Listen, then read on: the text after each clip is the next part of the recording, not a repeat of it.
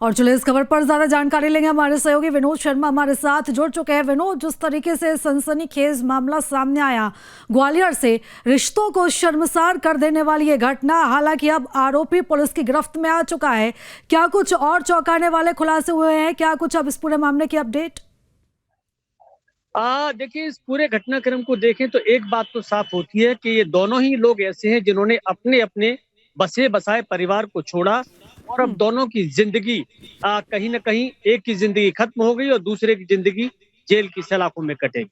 नंदिनी के बारे में पुलिस ने जो पूरी तरह से अभी जांच की है, अभी तक की जांच में उसमें ये पाया गया कि नंदिनी के शादीशुदा पति के छोड़ने के बाद, अपने बच्चों को छोड़ने के बाद, इसके अलग अलग समय पे अलग अलग लोगों से इसके रिलेशन रहे, जिसमें एक जो रिलेशन कुछ समय पहले का था, उसकी इसने हत्या करवा दी। उसके बाद ये जेल भी गई और जेल से छूट के आई तो इसका संपर्क और भी लोगों से हुआ और उसके बाद इसका जो अभी हाल ही का संपर्क चल रहा था, अब वो इसका अरविंद के साथ चल रहा था। लेकिन इसी बीच में दो और इसके बॉयफ्रेंड बन गए जिनके साथ ये दिल्ली में रहने लगी और अरविंद को इसने जेल में भेजने के लिए तैयारी कर ली थी। तो कहीं ना कहीं देखिए, ये सीधा सीधा कह सकते हैं कि इन दोनों की लापरवाही जिंदगी के प्रति बहुत ज्यादा रही है और इन्होंने अपना घर छोड़ के दूसरों के साथ रहने का जब जब सोचा तब तब इन्हें मुश्किल झेलनी पड़ी। फिलहाल तो जो अभी तक का अपडेट है वो ये है कि नंदिनी का पोस्टमार्टम हो गया है, लेकिन कोई भी उसका जो शव है वो लेने के लिए तैयार नहीं है।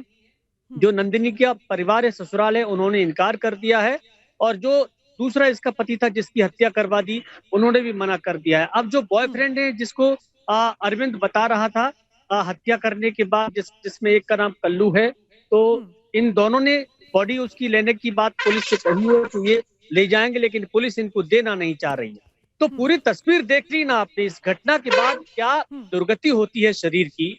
तो कहीं ना कहीं देखिए, इस पूरी घटना में पुलिस ने जो सफलता पाई थी वो वाकई में बहुत सराहनीय रही, क्योंकि ये तमंचा लगातार घटना स्थल पे पत्नी को मारने के बाद पुलिस को तमंचा दिखाता रहा। इसने कोशिश भी एक बार फायर करने की, लेकिन पुलिस के जाबाज अधिकारियों ने आंसू गैस की गोली छोड़ के इसको हाँ काबू में बिल्कुल पाया और विनोद, उसके और बाद इस इसको ले पूरे मामले में पुलिस के सामने भी एक बड़ी चुनौती थी, लेकिन जिस तरीके से घटना हुई है, जाहिर सी बात है कि अब पूरे शहर में दहशत का माहौल जरूर होगा। लेकिन अगर हम आरोपी अरविंद की बात करें तो क्या उसके परिवार से कोई सामने आया? क्या उसकी पत्नी की तरफ से किसी तरह की कोई प्रतिक्रिया? देखिए, अरविंद तो फिलहाल अभी पुलिस की गिरफ्त में है और पुलिस उससे अभी पूछताछ कर रही है। जो अरविंद के परिजन हैं वो भी अभी कोई पुलिस के सामने नहीं आए हैं, क्योंकि अरविंद के घर वाले खुद भी अरविंद से नाराज चल रहे हैं। जब इस तरह के रिश्ते लोग बनाएंगे, एक छोड़ के दूसरी, दूसरी छोड़ के तीसरे पे जाएंगे, तो ज्यादातर केसों में यही होता है कि घर वाले इतनी आसानी से सामने आते नहीं, क्योंकि उनकी नाराजगी होती है।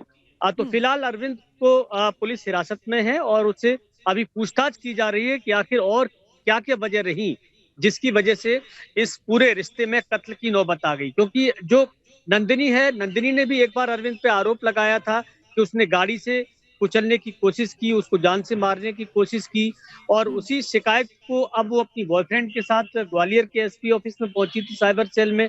तो एक तरह से देखा जाए तो अरविंद नंदिनी से आप बहुत ज्यादा परेशान हो गया था और उस परेशानी की वजह वो ये बता रहा है कि उसने हत्या कर। हम्म, ठीक है विनोद, इस पूरे मसले पर आप लगातार नजर बनाए रखिएगा, अपडेट्स हम आपसे लेते रहेंगे। फिलहाल बहुत धन्यवाद तमाम जानकारी हमारे साथ साझा करने के लिए।